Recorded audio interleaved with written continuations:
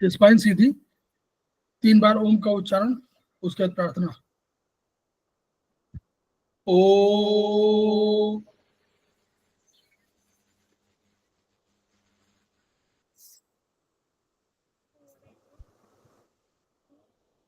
ओम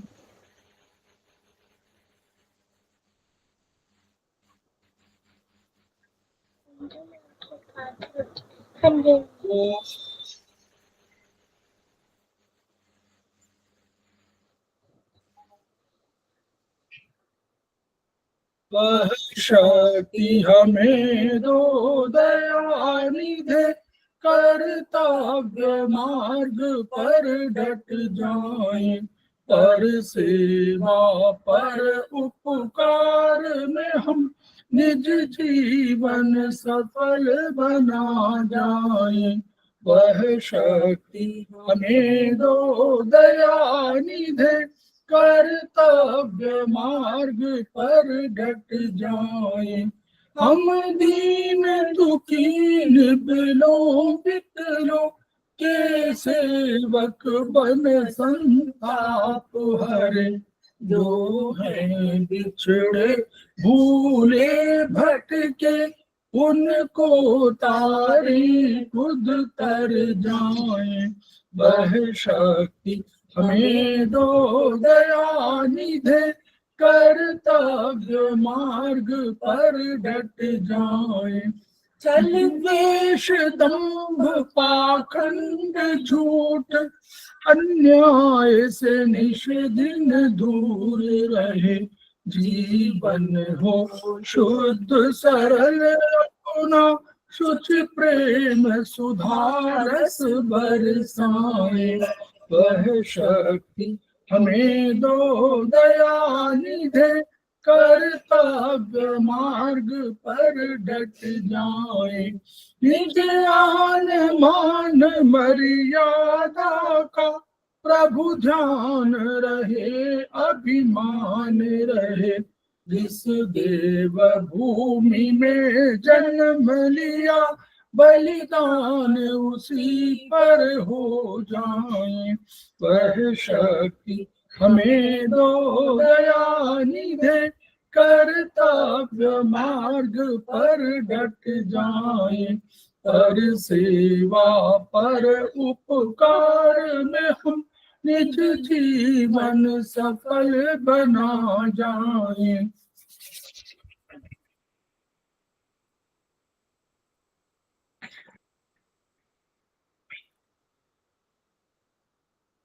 संवाद शास्त्र में आप सभी का स्वागत है।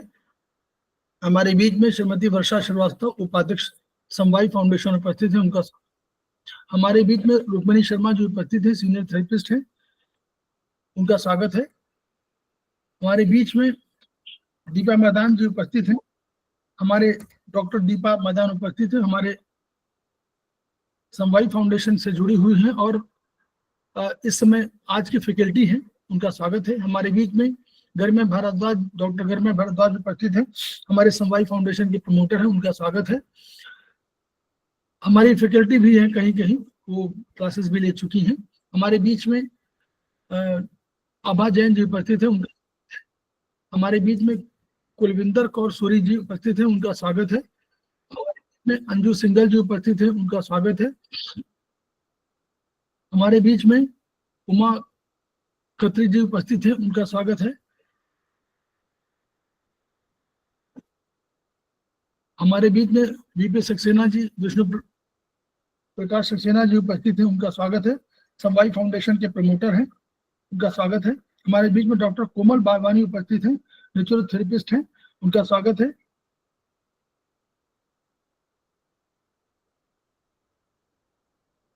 हमारे बीच में अंजू सिंगल जी उपस्थित है, उनका स्वागत है। इसके अलावा अगर अन्य कोई ज्वाइन कर चुके हैं तो उनका स्वागत है। हम लोग समवाय फाउंडेशन के सदस्य हैं और हम लोग एक्यूप्रेशर शोध प्रशिक्षण एवं उपचार संस्थान प्रयागराज से संबद्ध हैं। वहाँ के मनीषी ब्रह्मलीन एमपी के सर के एमपी हैं, जिनकी वजह से संस्थान को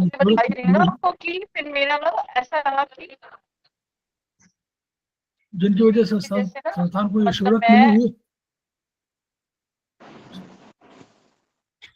जिनकी वजह से संस्थान को शोहरत मिली हुई है और हमारी इस थेरेपी को, एक्यूप्रेशर थेरेपी को ये उन्नति सेंट्रल से लगता था।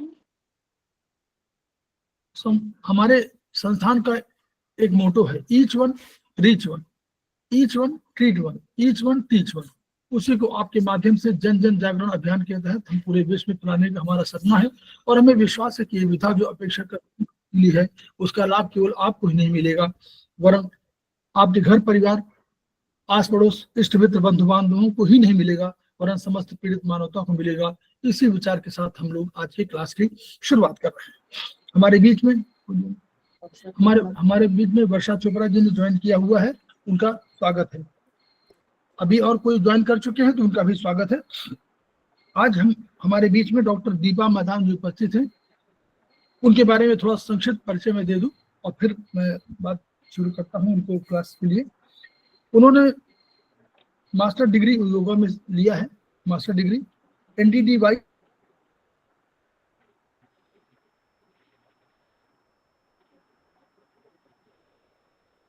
सर आपकी आवाज नहीं आ रही है।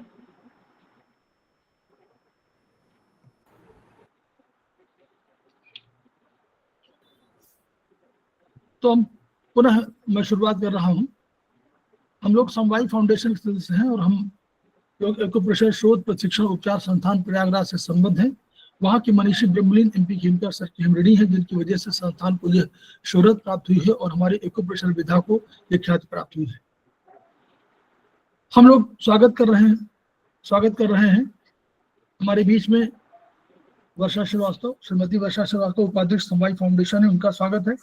हमारे बीच में आभा जैन जी उपस्थित है, उनका स्वागत है। हमारे बीच में अंजू सिंघल जी उपस्थित है, उनका स्वागत है। हमारे बीच में डॉक्टर दीपा मदान उपस्थित है जो आज की फैकल्टी है, उनका स्वागत है। हमारे बीच में डॉक्टर कोमल बालवानी उपस्थित है, समवाई फाउंडेशन के प्रमोटर, उनका स्वागत है। हमारे बीच में कुलवंदर कौर जी उपस्थित है, उनका स्वागत है। हमारे बीच में रुक्मणी शर्मा जी उपस्थित है, उनका स्वागत है, सीनियर थेरेपिस्ट हैं। हमारे बीच में सीमा मकबूल जी उपस्थित है, उनका स्वागत है। हमारे बीच में उमा खत्री जी उपस्थित है, उनका स्वागत है। हमारे बीच में वर्षा चोपड़ा जी उपस्थित, उनका स्वागत है। हमारे बीच में के तिवारी जी उपस्थित हैं, समवाई फाउंडेशन के प्रमोटर हैं और हमारे सीनियर थेरेपिस्ट हैं और हमारे सीनियर फैकल्टी हैं, उनका स्वागत है। हमारे बीच में VP सक्सेना जी उपस्थित हैं, समवाई फाउंडेशन के प्रमोटर हैं, उनका स्वागत है।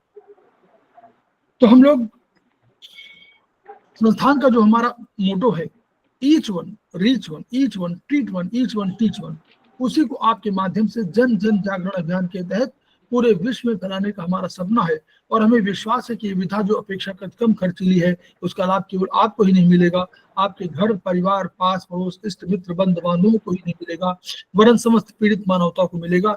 इसी विचार के साथ हम लोग डॉक्टर दीपा मदान का पुनः स्वागत करते हैं। उनके बारे में संक्षिप्त परिचय दे रहा हूँ। आज की फैकल्टी है हमारी और उन्होंने मास्टर योगा में मास्टर डिग्री लिया है, प्लस NDDY है वो, यानी diploma in naturopathy and yoga है। सुजोग थेरेपिस्ट हैं, पर्टिकुलर थेरेपिस्ट हैं और एक्यूप्रेशर थेरेपिस्ट हैं और वो इसमें ओजस नेचुरोपैथी हॉस्पिटल, गुलाबी बाग, नई दिल्ली में कार्यरत हैं। तो हम ऐसे डॉक्टर दीपा मदान जी का स्वागत कर रहे हैं और हमारा जो आज का टॉपिक है, अभी हमारे यहाँ शोभा गुप्ता जी ने ज्वाइन किया है, उनका स्वागत है। हमारे बीच में सोनी शाह जी ने ज्वाइन किया है, उनका स्वागत है। हेमंत सिंह जी ने ज्वाइन किया हुआ है, उनका स्वागत है। तो हम लोग उनका जो विषय है आज का वो है योग द्वारा रोगों का इलाज। हम लोग सारी विधाओं को एक साथ लेके चल रहे हैं और इस विषय में चूंकि उनका योग प्रिय विषय रहा है, तो योग पर हम लोगों ने उनसे बात किया था तो उन्होंने इसकी अनुमति दिया।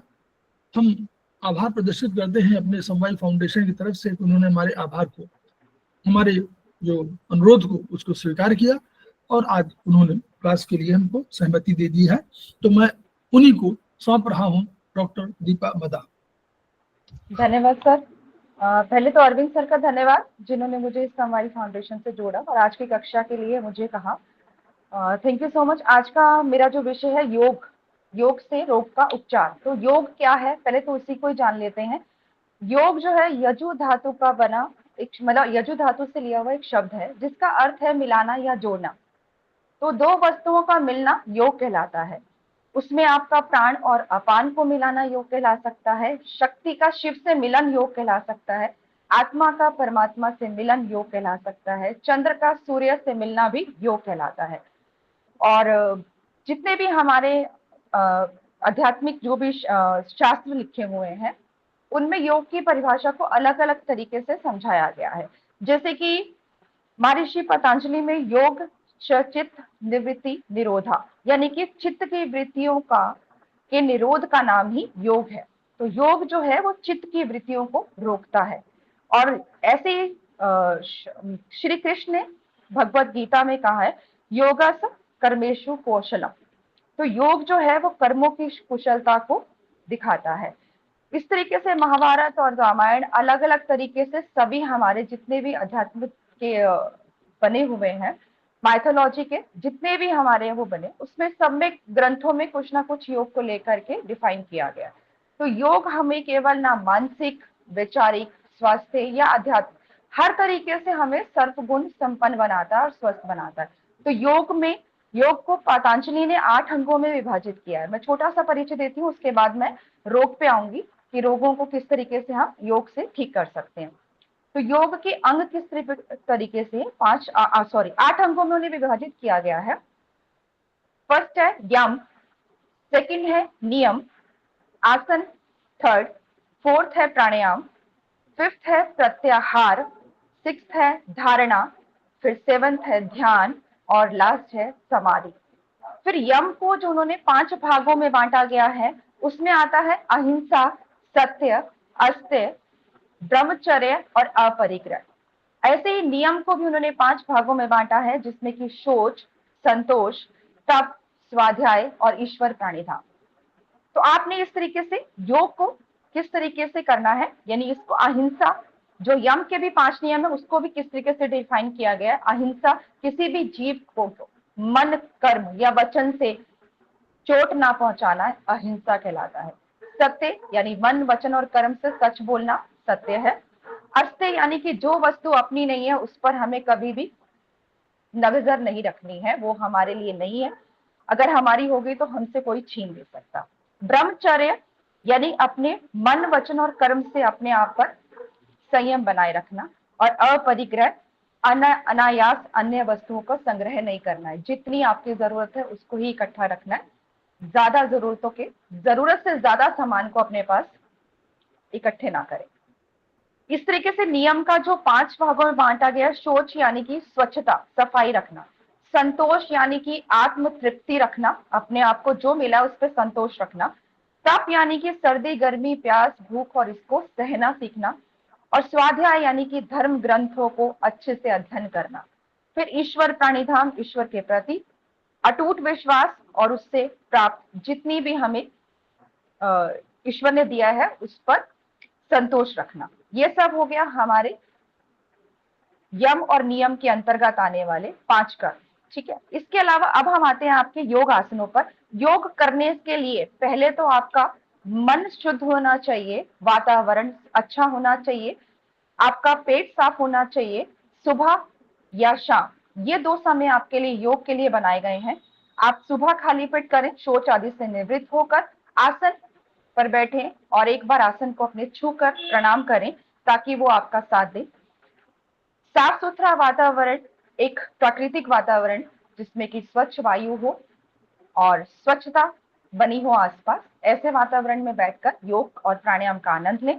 अब योग द्वारा रोग का इलाज कैसे हो सकता है? योग किसी अंग विशेष को चेतना नहीं देता बल्कि उसे उसकी क्रियाशीलता को बढ़ाता है ताकि वो रोगों का नाश कर सके। ठीक है, और ये विविध रोगों का इलाज करता है, हमारी स्वाभाविक क्षमता को बढ़ाता है, और यह प्राकृतिक व्यायाम है जो कि मनुष्य के व्यक्ति के स्वास्थ्य और दीर्घायु के लिए रिस्पॉन्सिबल होता है। और इसमें एक अलौकिक शक्ति है, आप योग करने वाले को कभी भी देखेंगे ना तो उसके फेस पर एक अलग ही चमक दिखती है। तो आप जिस तरीके से योग को जिएंगे वैसा ही आपका ऑरा बनेगा। तो अब आज हम बात करते हैं, विभिन्न रोगों का परिचय देते हैं। सबसे पहले रोग की जननी क्या है? हमारा पेट, कब्ज। तो कब्ज रोगों की जननी कहलाई गई है। तो कब्ज को दूर करने के लिए मैं आपको कुछ आसन बताती हूँ, जैसे धनुरासन, शलभासन, पश्चिमोत्तानासन, जानुसिरासन, ताड़ासन, भुजंगासन। इसमें बहुत सारे आसन आते हैं, अर्धमत्स्येंद्रासन और हल आसन, पादहस्त, सर्वांगासन, सूर्य नमस्कार। ये सब आसन जो है वो कब्ज को दूर करने के लिए बनाए गए हैं। और ये कब्ज जो अगर दूर होता है तो हमारे 90% कॉज बीमारियां दूर हो जाती हैं। उसके बाद हमारी पाचन संबंधी क्रिया, हमारा डाइजेस्टिव सिस्टम अगर अच्छा रहता है तो हमारी वाइटल सोर्स अच्छी रहती है, हमारी जीवनी शक्ति जिसको कहते हैं, वो हमारी रोगों से लड़ने की क्षमता भी बढ़ाता है। उसके लिए मयूर आसना, भुजंगासन, पश्चिमोत्तानासन, शलभासन, ताड़ासन और इसके अलावा अर्धमत्स्येंद्रासन। ये सब आसन जो है हमारी पाचन क्रिया को अच्छा करते हैं। इसके बाद पेट में गैस आदि, जिससे हमारे उदर में गैस संबंधी प्रॉब्लम हो जाती है, उसके लिए धनुरासन, जानुसिरासन, पवन मुक्त आसन सबसे बेस्ट माना गया है इसमें।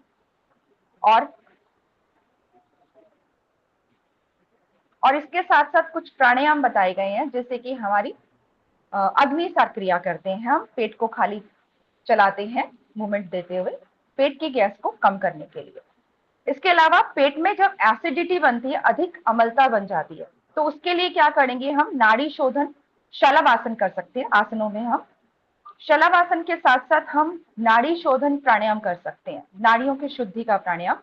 फिर शीतकारी प्राणायाम, इसको लाभकारी होता है। जब हमारी बॉडी के अंदर हीट पैदा हो जाती है तो हम अपने प्राणायाम के द्वारा, शीतली और शीतकारी प्राणायाम के द्वारा हम उस हीट को कम कर सकते हैं। इवन शीतली और शीतकारी प्राणायाम वहां भी लाभकारी होते हैं जब आप किसी ऐसी जगह जाते हैं, पानी की कमी हो जाए और बहुत ज्यादा गर्मी हो जाए, तो आप शीतकारी और शीतली प्राणायाम दोनों को करके अपने अंदर की हीट को कम कर सकते हैं और कुछ समय के लिए उस प्यास को भी कंट्रोल कर सकते हैं।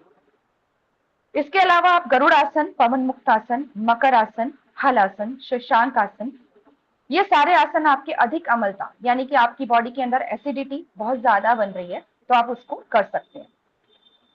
उसके अलावा हमारे मेन मैं कॉज ले रही हूँ, यकृत संबंधी रोग यानी लीवर संबंधी रोगों में आपका जो आता है पश्चिमोत्तानासन, शलभासना, सर्वांगासन, हलासन, शीर्षासन, धनुरासन, मयूरासन, शशांक आसन और उष्ट्रासन। इसके साथ साथ अगर सूर्य नमस्कार कर सकें तो बहुत लाभकारी है।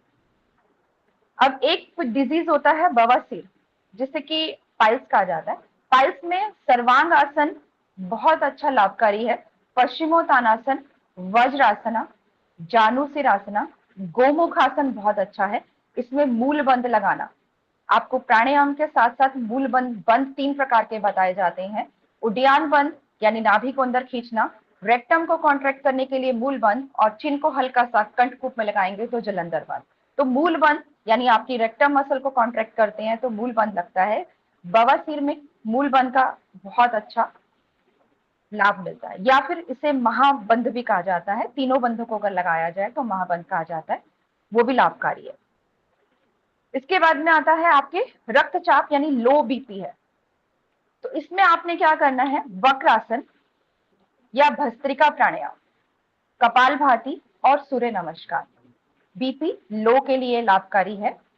और बीपी अगर हाई है आपका तो वज्रासना, पवन मुक्त आसना, शशांक आसन और शीतली प्राणायाम और भ्रामरी प्राणायाम। अब आया एक ऐसा डिजीज जो आजकल 90% मुझे लग रहा है हमारे दिल्ली जैसे लाइफस्टाइल में तो बहुत देखने को मिलता है, मधुमेह यानी कि डायबिटिक। तो डायबिटिक के लिए जितने भी हमारे उधर संबंधी दबाव देने वाले जितने भी आसन होते हैं वो सभी इसमें काउंट होते हैं। फर्स्ट है आपका हलासना, सर्वांगासन, जानुसिरासन, सूर्य नमस्कार, पश्चिमोत्तानासन, अर्ध मत्स्येंद्रासन, सुप्त वज्रासना, शशांक आसन, भुजंगासन, योग मुद्रा आसन, और इसके साथ अगर आप मूल बंद के साथ में भस्त्रिका नाड़ी शोधन प्राणायाम या शीतली प्राणायाम या भ्रामरी प्राणायाम को डालते हैं और ध्यान अपना स्वादिष्ठान चक्र पर रखते हैं, तो इसके लिए लाभकारी होता है। अब एक डिजीज और आता है आजकल, कमर में दर्द रहना। बहुत ही कॉमन सा डिजीज आ गया है कि बैक में पेन रहता है। उसके लिए आपको उष्ट्रासना, त्रिकोण आसन, अर्ध मत्स्येंद्र आसन या मत्स्येंद्र आसन, सुप्त वज्रासना, हल आसन, मत्स्य आसन, उष्टासन, धनुरासन, भुजंगासन, शलभासन, नौकासन और मयूरासन, ये सब आसन उस पोजीशन में करने चाहिए जब आपको कमर दर्द बहुत कम है, लो है। ये नहीं कि आपको शैटिका का पेन है या आपको लंबर स्पॉन्डिलाइटिस है, उसमें ये नहीं करनी है, सिर्फ कमर दर्द के लिए बताए जा रहे हैं। और इसके साथ साथ ही घुटने संबंधी रोग, अगर घुटने में गैप आ गया है या थोड़ा दर्द रहता है, तो उसमें आपको क्या करना है, घुटनों में तिल का तेल हल्के हाथ से उनके गर्म करके मालिश करें, या आक के पत्ते होते हैं उनको तवे पर हल्का सा तेल डालें, उससे सिकाई करके उसको अपने घुटनों पर बांधें। और जितनी भी घुटनों के संबंधी, आपके जानू संबंधी यानी कि थाई के संबंधी जितनी भी एक्सरसाइजेज हैं, उसको आप स्ट्रॉन्ग करने का काम करें, ताकि आपकी घुटनों पर आपकी बॉडी का वेट ना जाए। तो जितनी भी आपकी जानू संबंधी एक्सरसाइजेज बनी हुई हैं, जैसे कि हम पर्वतासन में अपनी थाइस की स्ट्रेंथनिंग पे काम करते हैं, वो सारी एक्सरसाइजेज आपके नीज के लिए हेल्प करती हैं। अब आई रीढ़ की हड्डी के लिए प्रॉब्लम, अगर रीढ़ की स्पाइनल कॉर्ड, आपकी स्पाइन में प्रॉब्लम है, तो आप उसके लिए क्या करेंगे, धनुरासन, भुजंगासन, हलासन, त्रिकोण आसन, उष्ट्रासन, शशांक आसन, ये सब आसनों के साथ आप कुछ आसन ऐसे भी हैं जैसे कि पवन मुक्त आसन, इनके साथ में हर आसन के साथ आपको काउंटर करना बड़ा जरूरी है। अगर आप हल आसन कर रहे हैं तो पश्चिमोत्तानासन अनिवार्य है, अगर आप उष्ट्रासन कर रहे हैं तो शशांक आसन अनिवार्य है। उसका काउंटर जरूर करिएगा ताकि आपको बैक में पेन ना रहे। ठीक है, अब आपको आता है एक रोग है गठिया, आजकल गाउट की प्रॉब्लम बहुत ज्यादा आने लग गई है, तो उसमें आपने क्या करना है, त्रिकोण आसन, पश्चिमोत्तानासन, हल आसन, अर्ध मत्स्येंद्र आसन, पवन मुक्त आसना। देखिए, क्योंकि गाउट जो है ना, गठिया की प्रॉब्लम जो है, वो बेसिकली हमारी एयर जॉइंट्स में फंसती है, तब प्रॉब्लम आनी स्टार्ट होती है। तो जिनको गैस्ट्रिक की प्रॉब्लम ज्यादा रहती है, उनको ये डिजीज होने का एक कॉज है। तो इसके लिए आप कोशिश करें कि अपने आप को उन सारी चीजों से हटाएं जो आपके पेट में गैस बनाती है। खान पान को सुधारना बहुत जरूरी है, उसके साथ साथ आप इस क्रिया को करेंगे तो ये हेल्प करती है। अब आया एक शैटिका पेन आता है आपके बैक में, उसके लिए गोमुख आसना, वज्रासन, गरुड़ासन और हनुमान आसन। लेकिन हनुमान आसन डिफिकल्ट है, इसीलिए हर कोई ट्राई नहीं करेगा। गोमुख आसन इजी है, और इसमें एक आसन होता है सुप्त पादांगुष्ठ आसना, जो कि हम लेट कर अपने पैर के अंगूठे को एक हाथ से पकड़ के फिंगर से हम स्ट्रेट करते हैं 90 पर, सुप्त पादांगुष्ठ आसन, उसको करते हैं तो हमारी शैटिका नर्व जो है वो ठीक हो जाती है, अपनी जगह में आ जाती है। क्योंकि हमारी जो बैक प्रॉब्लम है या नीज की प्रॉब्लम है या शैटिका की प्रॉब्लम या हमारे सर्वाइकल स्पॉन्डिलाइटिस है, ये चारों पॉइंट्स जो है आपके ना, हमारी बैड पोस्चर की वजह से आती है, या हमारी बॉडी की अलाइनमेंट खराब होती है तो आता है। अगर आप अपनी बॉडी के अलाइनमेंट पे काम करेंगे तो ये सारे प्रॉब्लम्स दूर हो सकते हैं। नेक्स्ट प्रॉब्लम है अनिद्रा, नींद की कमी।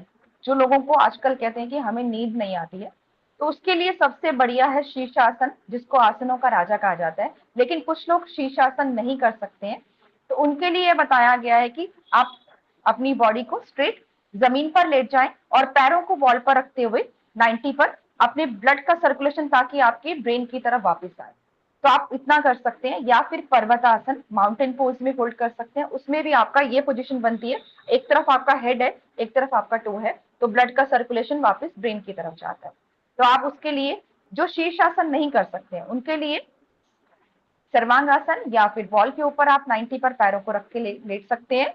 उसके साथ साथ आप अपने हलासन सॉरी पर्वतासन कर सकते हैं। ठीक है, इसके साथ साथ सूर्य भेदी व्यायाम होता है, लेकिन सूर्य भेदी प्राणायाम जो है वो बीपी हाई के लिए नहीं बना हुआ है। अगर बीपी हाई रहता है तो आप शीतली और शीतकारी प्राणायाम करेंगे, और बीपी नॉर्मल रहता है तो सूर्य भेदी प्राणायाम करेंगे। और त्राटक क्रिया करेंगे। इसमें त्राटक क्रिया होती है कैंडल जला के लोग के साथ में या दिया रख के आगे, उस पर हम कॉन्सेंट्रेट करते हैं तो हमारी जो जीवनी शक्ति है वो भी, वाइटल सोर्स जो है हमारी वो भी बढ़ती है, और हमारा नींद का भी जो प्रॉब्लम्स है वो भी ठीक हो जाती है। इसके साथ साथ गोमुख आसन बहुत इसमें लाभकारी है। अच्छा, एक प्रॉब्लम आती है मानसिक तनाव, टेंशन, आजकल बिना वजह का स्ट्रेस सबके साथ में है, मतलब कोई स्ट्रेस नहीं है तो भी स्ट्रेस है, तो उसके लिए शवासना सबसे बेस्ट है। अपने आप को कुछ पल के लिए बिल्कुल ढीला छोड़ते हुए आसन पर लेटना, शवासन, या शलभासन, सर्वांगासन, शीर्षासन। जैसा कि मैंने बताया कि शीर्षासन जो है वो आसनों का राजा कहलाता है, तो सर्वांगासन को आसनों की रानी कहा जाता है। दोनों में लाभ सेम मिलता है, जो शीर्षासन नहीं कर सकता वो सर्वांगासन करता है। इसमें ही आता है गर्भासना या वज्रासना, हलासना, शशांकासन, योग मुद्रा के साथ त्राटक या नाड़ी शोधन प्राणायाम, या ध्यान करना। ईश्वर का ध्यान करने से सबसे ज्यादा टेंशन दूर होती है। नेक्स्ट है आजकल ओबेसिटी, मोटापा। उसके लिए पश्चिमोत्तानासन, त्रिकोणासन, हलासन, नौकासन, धनुरासन, शलभासन, अर्धमत्स्येंद्रासन, योग मुद्रा के साथ उड्डयन बंद, नाड़ी शोधन और चक्रासन। प्राणायाम में आप इसमें अग्निसार क्रिया या कपालभाति भी ऐड कर सकते हैं। अब आता है नेक्स्ट है गले, कान और नाक संबंधी रोगों के लिए आपको क्या करना चाहिए। जैसे थायराइड के लिए हम सिंह गर्जना कहते हैं या मत्स्य आसन कहते हैं, ऐसे गले संबंधी रोगों के लिए या कान के लिए हम गले के लिए हम जलनेति का बताते हैं कि जलनेति की जाए या कुंजल क्रिया की जाए। ऐसी कान संबंधी प्रॉब्लम के लिए उज्जयी प्राणायाम होता है। जितनी भी हम भ्रामरी प्राणायाम करते हैं या उज्जयी प्राणायाम करते हैं, वो गले और कान, हमारे तीनों राउंड को, आंख, कान और गले को एक साथ वाइब्रेशन देता है और उसको खोलता है। अब आती है एक प्रॉब्लम है गर्ल्स में, पीसीओडी की प्रॉब्लम या पीसीओएस की प्रॉब्लम। आजकल बहुत ज्यादा मेंस्ट्रुएशन संबंधी प्रॉब्लम्स आ रही हैं गर्ल्स में। इसके लिए आप हलासना कर सकते हैं, शवासन, हलासन, धनुरासन, सर्वांगासन, भुजंगासन, मत्स्यासन, पश्चिमोत्तानासन, सुप्त वज्रासन, पर्वतासन, विपरीत करणी, और उसके साथ वज्रोली मुद्रा, जो हम अपनी रेक्टम को कॉन्ट्रैक्ट और रिलैक्स करते हैं, वज्रोली मुद्रा कही जाती है, या अश्विनी मुद्रा कहते हैं उसको, और उड्डयन बंद लगा सकते हैं इसके साथ। अब एक प्रॉब्लम आती है जब हमारा मेनोपॉज का टाइम आता है, मासिक धर्म बंद होने का समय आता है। लेडीज के लिए ये बहुत ज्यादा प्रॉब्लम का विषय होता है। इसमें आप अपने आप को धनुरासन करके थोड़ा सा इसको रिलैक्स कर सकते हैं। भुजंगासन, मत्स्यासन, सर्वांगासन, शीर्षासन, पश्चिमोत्तानासन और हलासन। इसमें भी आप विपरीत करनी के साथ में अश्विनी मुद्रा लगा सकते हैं, योग उड्डयन बंद लगा सकते हैं या महाबंद लगा सकते हैं। तीनों बंधों को लगाकर महाबंद लगाया जाता है, उड्डयन, मूल और जलंधर। ऐसे ही लुक्वेरिया की प्रॉब्लम आती है वाइट डिस्चार्ज लेडीज में। इसमें हम शीर्षासना, सूर्य नमस्कार के साथ साथ में शंख प्रक्षालन, शंख प्रक्षालन शुद्धि क्रियाओं में आता है, जिसमें हम मुख से पानी पीते हैं और गुदा द्वार से मल द्वारा उसे बाहर करते हैं। तो 12 से 14 गिलास या 16 गिलास पानी पिया जाता है। 2-2 गिलास पी करके हम उसे मोशन पास करने जाते हैं। इस तरीके से हम शंख प्रक्षालन करते हैं। या किसी की अच्छी जिसे नॉलेज हो उसकी देखरेख में करना चाहिए। और इसके साथ साथ बिना नमक और शक्कर का भोजन खाएं। भोजन में शक्कर और नमक का सेवन कम कर देंगे तो आपको लुकेरिया की प्रॉब्लम में रिलैक्स मिलेगा। इसके साथ साथ एक प्रॉब्लम आती है हर्नियों की। तो हर्नियों में गरुड़ आसन सबसे बेस्ट माना गया है। और इसके साथ साथ हार्ट संबंधी प्रॉब्लम में आसन के साथ साथ आसन बहुत हल्के हल्के करने चाहिए इसमें, लेकिन इसके साथ साथ नाड़ी शोधन प्राणायाम का बहुत लाभ है। हृदय संबंधी रोगों में नाड़ी शोधन प्राणायाम ये सबसे ज्यादा लाभकारी है। इसके साथ साथ अगर गले का सिर्फ और सिर्फ गले में कोई प्रॉब्लम है तो उसके लिए अब हम हल आसन, सर्वांग आसन, ये गले मतलब थायराइड के लिए बताया जा रहा है, सिंह गर्जना, मत्स्य आसन, सुप्त वज्रासन, जलंधर बंद, जलनेती, भ्रामरी, उज्जयी प्राणायाम, ये सब आते हैं। अब आया किसी को भी स्लिप डिस्क की प्रॉब्लम है अगर, तो उन्हें भुजंगासन, धनुरासन, मकर आसन, मकर आसन सबसे ज्यादा लाभकारी है इस पोजीशन में, क्योंकि मकर आसन आपके जो स्पाइन का लास्ट पोर होता है उसको रिलैक्सेशन करता है। और इन आसनों के बाद, हर आसन के बाद आपको पवन मुक्त आसन करना अनिवार्य है। कंद्रासन भी इसमें कर सकते हैं, जब आप पीठ के बल लेटकर पैरों को मोड़ते हैं और अपनी पीठ को ऊपर उठाते हैं, कंद्रासन, वो भी इसमें लाभकारी है।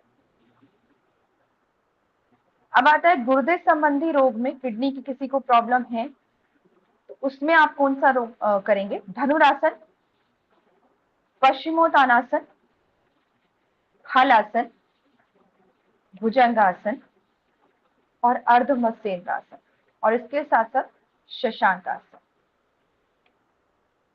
अब एक समस्या एक आती है कि नाभि किसी किसी की उतर जाती है।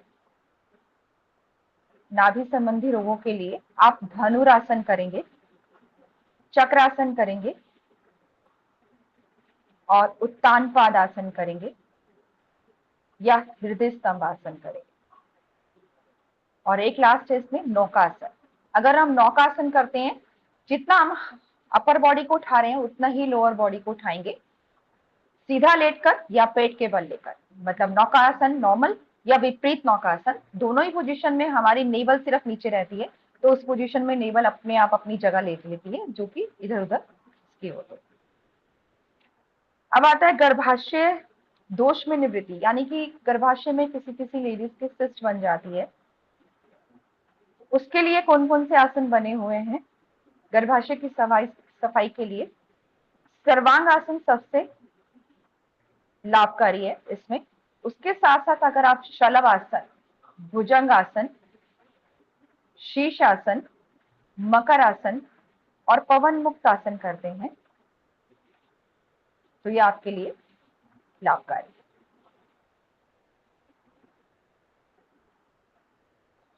इसके साथ साथ अगर पैर संबंधी रोग हैं, पैरों में दर्द रहता है या आपको झंझनाहट रहती है, तो उसके लिए वज्रासन, पद्मासन, वीरासन, पर्वतासन, गरुड़ासन, ये सब हमारे पैरों संबंधी रोगों के लिए माने गए हैं।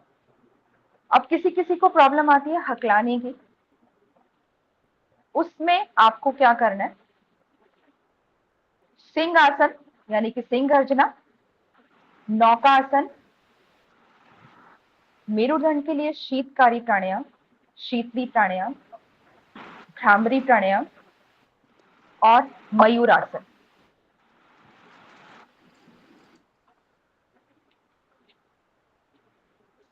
अगर किसी को इस मौसम में कोल्ड का हो रहा है तो उसके लिए शीर्षासन और सूर्य भेदी प्राणायाम और जलनीति कराना लाभकारी है।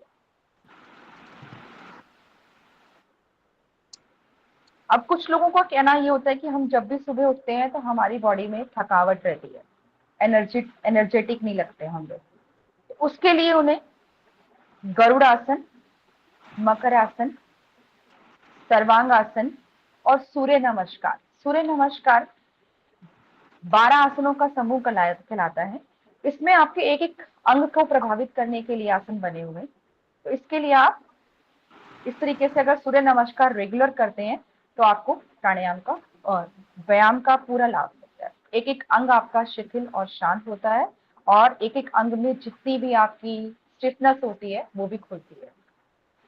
इसके अलावा एक और डिजीज आता है पेट में कीड़े हो जाना बच्चों के, ठीक है। तो बहुत ही कॉमन सा डिजीज आता है, इसके लिए आप मयूरासन कर सकते हैं, नौकासन कर सकते हैं, जानुसिर आसन कर सकते हैं और चक्रासन कर सकते हैं। गुरमीत जी आपका माइक ऑन है, एक बार माइक ऑफ कर दीजिए।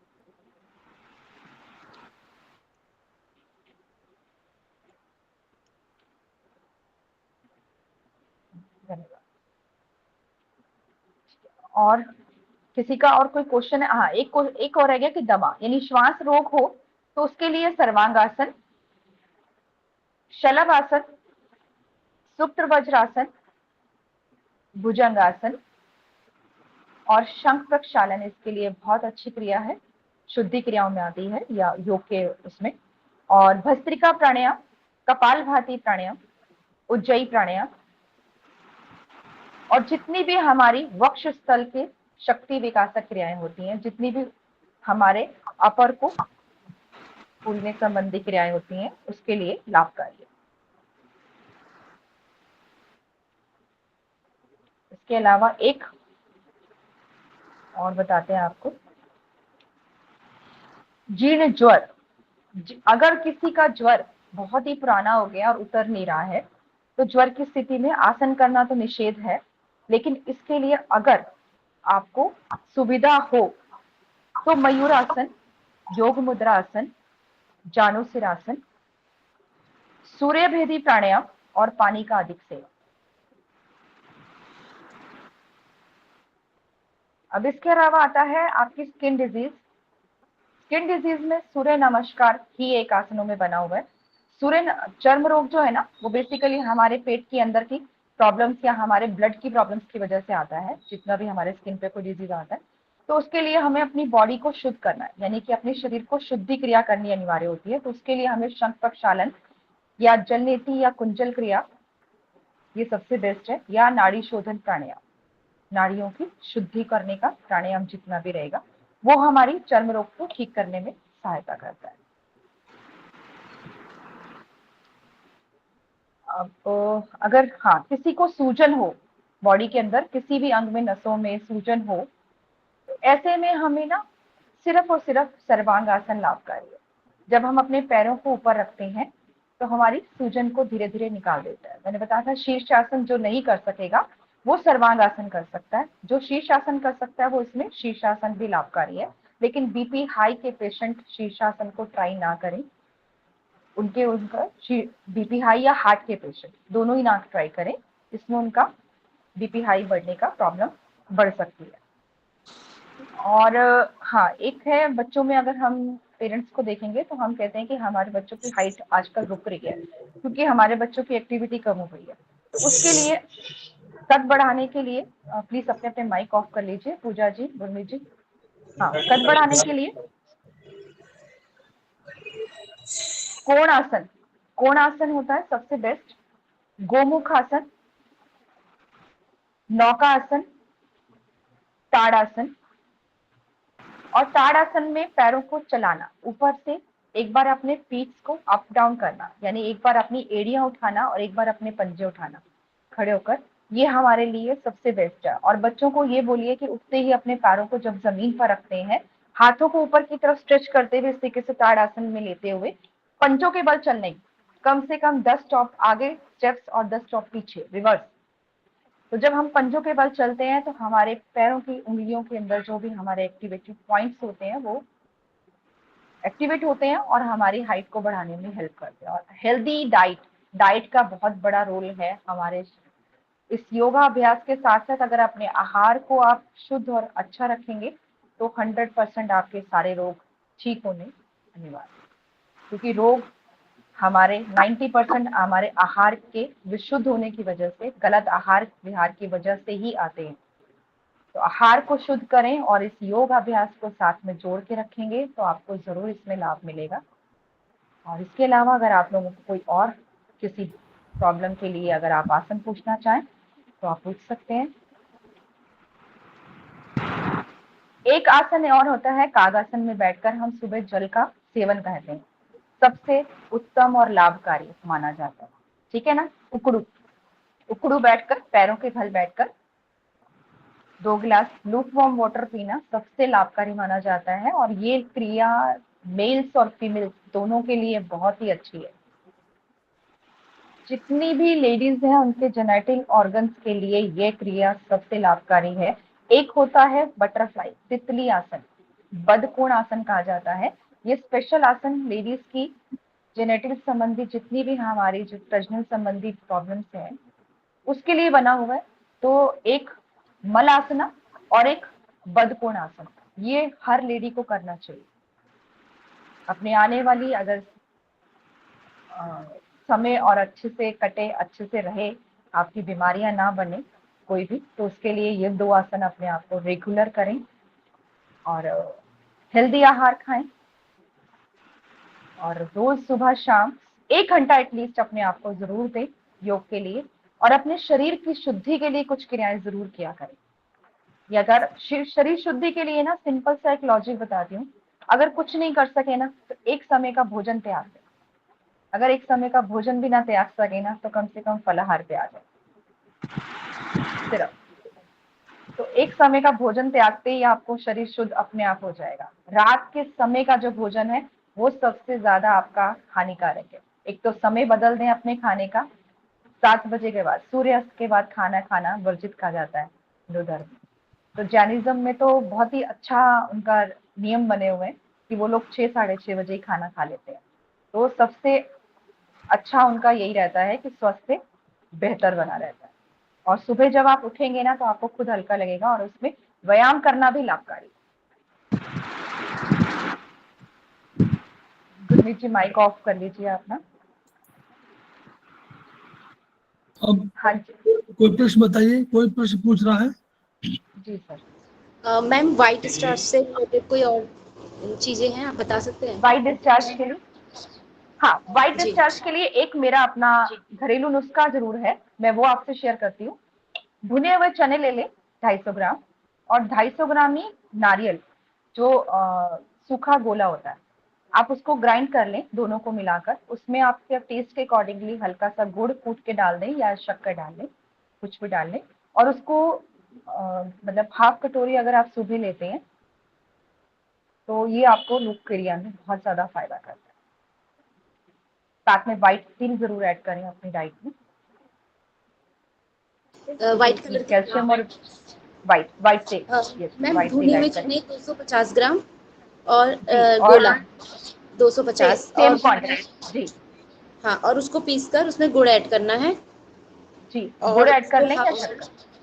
हाँ, हाँ और हाफ बाउल सुबह मतलब जैसे हम उठते हैं तो उसी वक्त खा लेना या नाश्ते के बाद, ऐसा कुछ? नहीं नहीं, नाश्ते में ले सकते हैं। फर्स्ट जैसे आप डाइट ले रहे हैं, अपने आलमंड्स वगैरह लेते हैं। देखिए डाइट का भी मैं कुछ थोड़ा सा बता देती हूँ अगर आपने पूछा है तो हमारी सुबह की जो डाइट है ना वो इस तरीके से होनी चाहिए कि आप सुबह उठ रहे हैं तो पहले आप ऐसा आहार खाएं जो प्रकृति ने आपको दिया, ठीक है ना। तो प्रकृति ने हमें क्या दिया है, सूखे मेवे जिसे हम ओवरनाइट सोक करके खाते हैं। जैसे कि किशमिश आपकी ब्लड को हीमोग्लोबिन को बढ़ाने के लिए बहुत ही अच्छा फायदा करती है। तो किशमिश को रात को 8 से 10 दाने भिगोकर रखिए। उसके साथ में एक अंजीर ले, अंजीर फाइबर का काम भी करती है और विटामिन B12 बहुत अच्छा होता है उसमें, ठीक है। कैल्शियम भी बहुत अच्छा होता है फाइबर के साथ साथ में। तो आप उसको एक अंजीर और 8 से 10 दाने किशमिश भिगो के रखें, 5 बादाम, 1 अखरोट, ये आपकी डेली की सुबह की डाइट होनी चाहिए। मॉर्निंग फर्स्ट जो डाइट है वो प्रकृति की देन है। उसके बाद नेक्स्ट क्या है प्रकृति की देन, फल, ठीक है। तो सेकेंड डाइट हमारी फल होनी चाहिए। फल के बाद हमारा सॉलिड होना चाहिए। आप उसमें चीला लें, अपना स्प्राउट्स लें, उपमा लें, दलिया लें, ओट्स लें, कुछ भी लें, किसी भी तरीके का आहार लेते हैं आप वो लें। और उसके बाद आप अपने आप को ये देखें कि 12 बजे के आसपास अगर आप 1 बजे खाना खा रहे हैं तो 12:30 तक अपनी वो डाइट लें कि जो फिर प्रकृति ने दिया। क्या दिया है आपको, वेजिटेबल। तो कैसे खाना है उसको, 1 प्लेट पूरी फुल प्लेट आपकी वजन के अनुसार। आपका वेट अगर 40 केजी है, 50 केजी है सपोज, तो 500 ग्राम, ठीक है ना, अपने वेट को मल्टीप्लाई कर लें 10 से, उतनी आपको सैलेड खानी है, सीजनल सैलेड। उसके आधे घंटे के बाद अपना मील लें, लंच लें, फुल डाइट लें, पूरी थाली अच्छे से सजा के बैठे, उसमें दाल सब्जी चावल रोटी सब लें। ठीक है, छाछ भी ले सकते हैं साथ में। और उसके बाद शाम की डाइट में आप भुने हुए चने खा सकते हैं, या फिर जो मैंने आपको बताया था वो ले सकते हैं, आधी कटोरी। सुबह नहीं ले सकते तो शाम को ले लें। और उसके साथ साथ में आप ग्रीन टी ले सकते हैं। और उसके साथ उसके बाद में आपका अगर रात का डिनर, तो रात के डिनर में आप अपनी बिल्कुल, कहते हैं कि दोपहर का भोजन अगर राजा की तरह खा रहे हैं तो रात का भोजन जो भिखारी की तरह खाएं।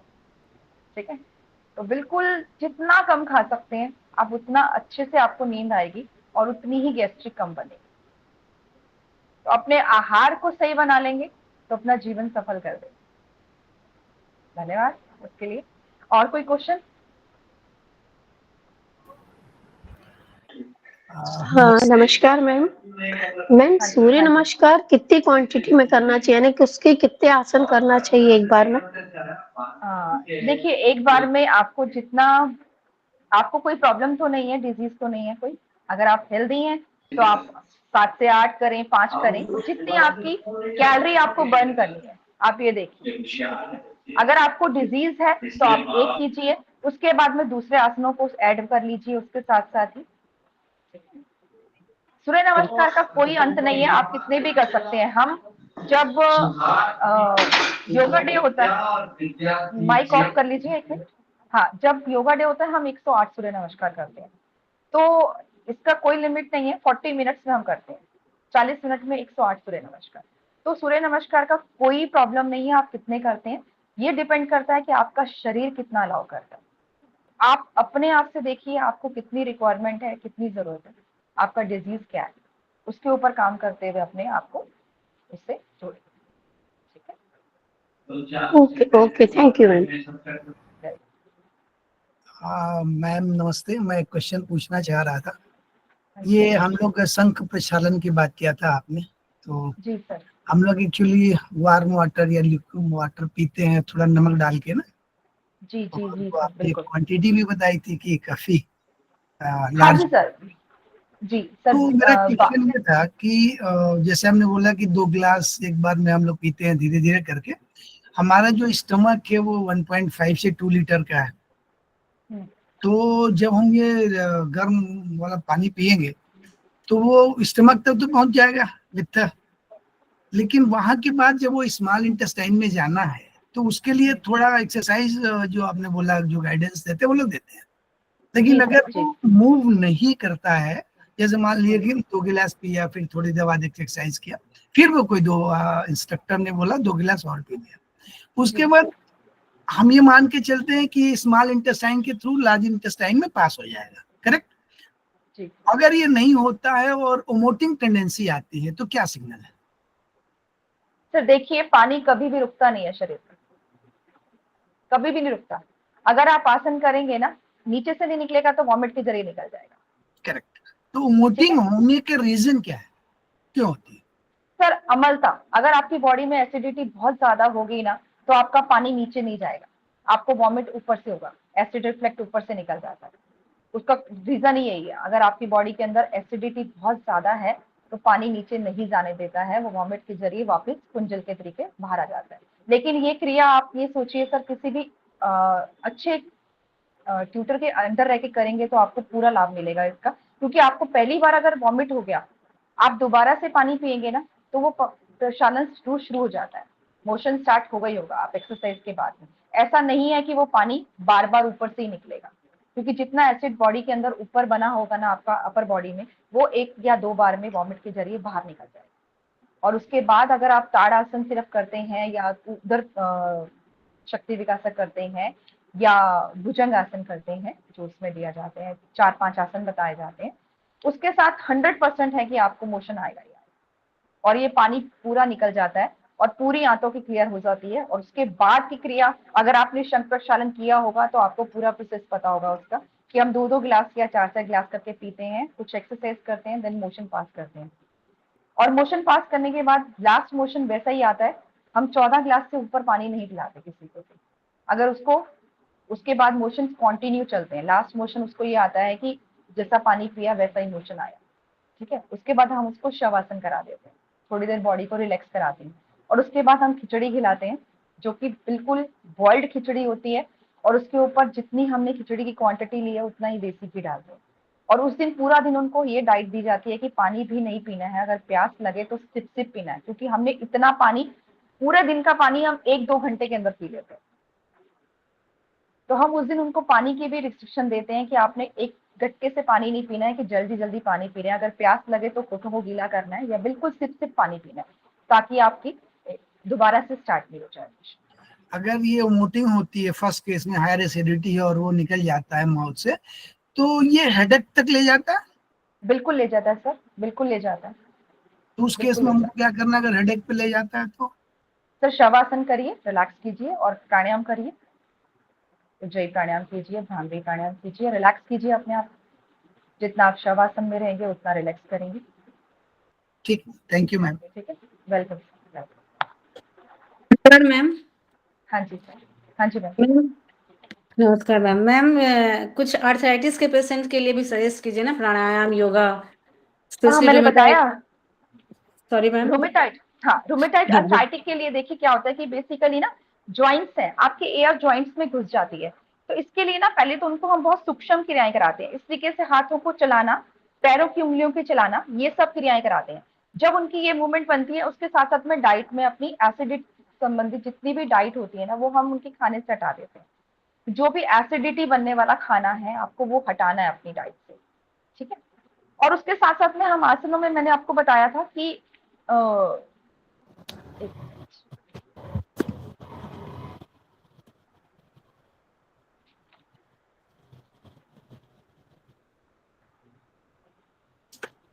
हाँ, उसमें मैंने बताया था आपको पवन मुक्त आसना,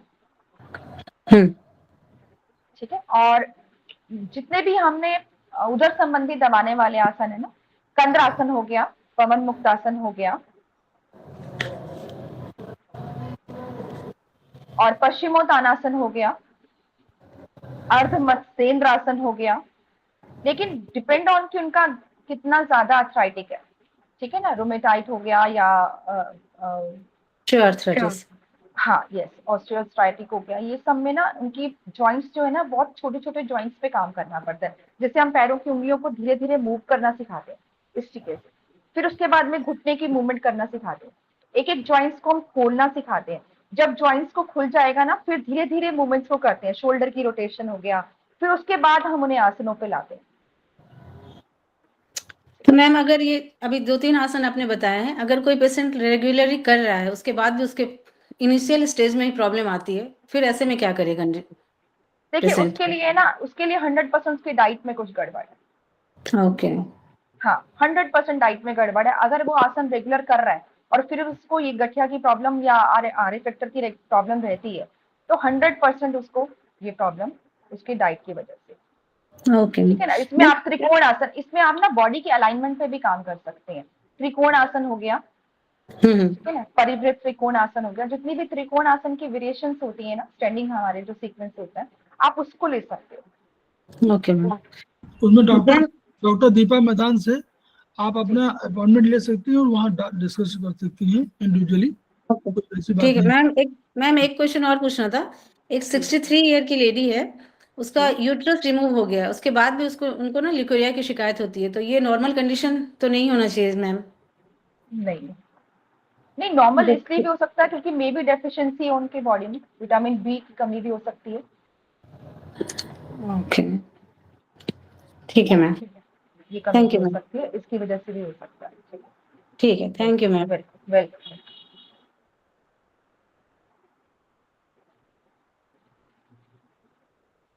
ठीक है सर, और किसी का प्रश्न है कोई? मैम का फील्ड एक्यूप्रेशर या योग दोनों है या कोई एक? दीपा मैम का नहीं, योग है सर मेरा। योग है मेन योग है सर मेरा। मेन योग है, ये सब वो है ऑक्सिलरी है। तो अभी किसी का प्रश्न नहीं है तो मैं समाप्त करूं? जी sir, thank you so much sir. तो हमारे बीच में डॉक्टर दीपा मैदान ने देखिए बताया, देखिए योग जो उन्होंने बहुत क्लैरिटी में बताया कि आप अपने को प्रगति, अगर आत्मा को मानते हैं और परमात्मा को मानते हैं, तो प्रकृति माने परमात्मा हुई, तो उसके बीच में आपको ऐसा योग करना है, ऐसा जोड़ना है उसको कि आप बिल्कुल उसमें घुल मिल जाए। यही योग है, घुलना मिलना। चाहे आप प्रकृति के साथ करें, आत्मा परमात्मा के साथ करें, आप प्रकृति के कोई भी चाहे शक्तियां हों उनके साथ अगर अपने को तादाद में स्थापित कर पाते हैं तो ये आपके लिए प्राकृतिक चिकित्सा का मूलभूत आधार है। और यही योग चिकित्सा में भी कहा गया है। योगस कर्मस कौशलम, कर्म की कुशलता, यानी कोई भी चाहे कर्म माने आत्मिक कर्म हो सकता है, आध्यात्मिक हो सकता है, शारीरिक कर्म हो सकता है, मानसिक कर्म हो सकता है, इन सब में कुशलता अगर आप कर रहे हैं तो वह आपका योग है। योग है चित्त वृत्ति निरोधा, यानी चित्त वृत्तियों का, यानी क्या है, फिर वही बात आ रही, शारीरिक और मानसिक के जो बीच में आपका जो शरीर आत्मा, इनके बीच में पूर्ण तादाद में स्थापित करना है। उसके लिए क्या है, भोजन है, आहार है, ब्रह्मचर्य है, तपस्या, ये सारी चीजें हैं। यम नियम आसन प्राणायाम प्रत्याहार धारणा ध्यान समाधि, ये सारे कंसेप्ट जो हैं योग के माध्यम से आए, इसलिए आए हैं कि अगर आप अपने को प्रकृति के साथ संतुलन स्थापित करते हैं तो सारी बीमारियों से आप दूर रह सकते हैं। यही प्राकृतिक चिकित्सा का और यही योग का मूल आधार है, जो भारतीय दर्शन का पूरा सिद्धांत है। तो हम लोग उसमें करते हैं। फिर मैडम ने और चीज बताया कि अब योग क्या है। अल्टीमेटली हम लोग अगर पाना चाहते हैं तो हम लोग अल्टीमेटली क्या करना चाहते हैं, सुख और दुख के बीच में अपने को संतुलन भी स्थापित करना चाहिए। भगवान कृष्ण कहते हैं कि योगस्था कुरु कर्माणि संगम तत्ता धनंजय और सिद्ध सिद्ध और समो भूता समत्वम योग उच्यते। बहुत सी चीजें हमारी जो डिप्रेशन है या ये सब कहाँ से हुई है, ये मानसिक हमारे सब रोग हैं। और मानस रोग कैसे हैं, क्योंकि हमारे शरीर ने प्रकृति के साथ तादाद में स्थापित नहीं किया है।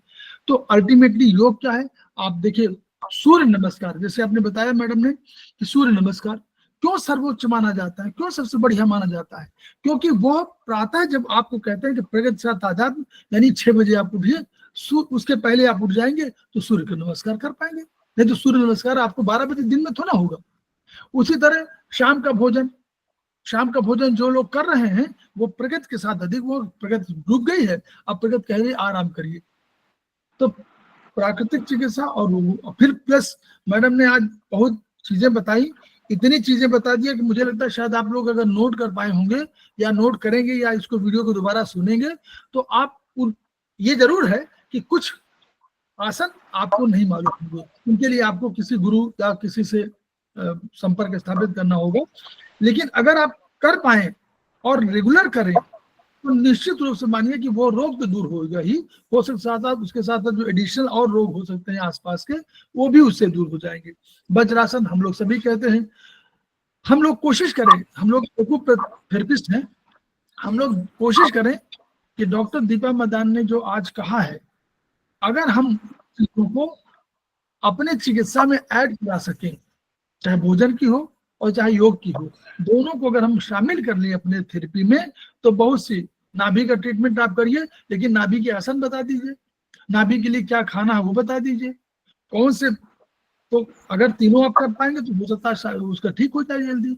सारी बीमारियां हैं, वो बीमारियों का ट्रीटमेंट हम लोग भी वही करते हैं, मैडम भी वही कह रही हैं कि इन बीमारियों का इलाज इनके माध्यम से भी है। तो आप दोनों को क्लब कर दीजिए तो मुझे लगता है शायद हमारी चिकित्सा विधा में और अधिक प्रगति है। और हम लोग देखिए, हमारा मूल उद्देश्य क्या है, किसी विधा के प्रति बहुत ऐसा नहीं आकर्षण है, हमारा काम क्या है कि रोगों से लोगों को मुक्ति दिलाना, वो किसी रोग में हो। तो अगर हम सारी विधाओं को सामंजस्य कर पाते हैं, उनको मेल मिला करते हैं, उनका योग करा लेते हैं और रोगी को रोग से दूर करा देते हैं, तो निश्चित रूप से मानिए कि हम लोग अपने इस जो हमारा लक्ष्य है उसमें हम अपने को आगे बढ़ा हुआ पाते हैं। और हम लोग इन्हीं शब्दों के साथ पुनः दीपा मैडम का धन्यवाद कि हम लोग की इसी तरह क्लासेस बीच में वो और लेंगी ताकि जो है उससे हम लोगों का ज्ञान बढ़े। धन्यवाद। धन्यवाद sir. Thank you ma'am. Thank you ma'am. Thank you ma'am. Thank you the. Thank you ma'am. Ma'am.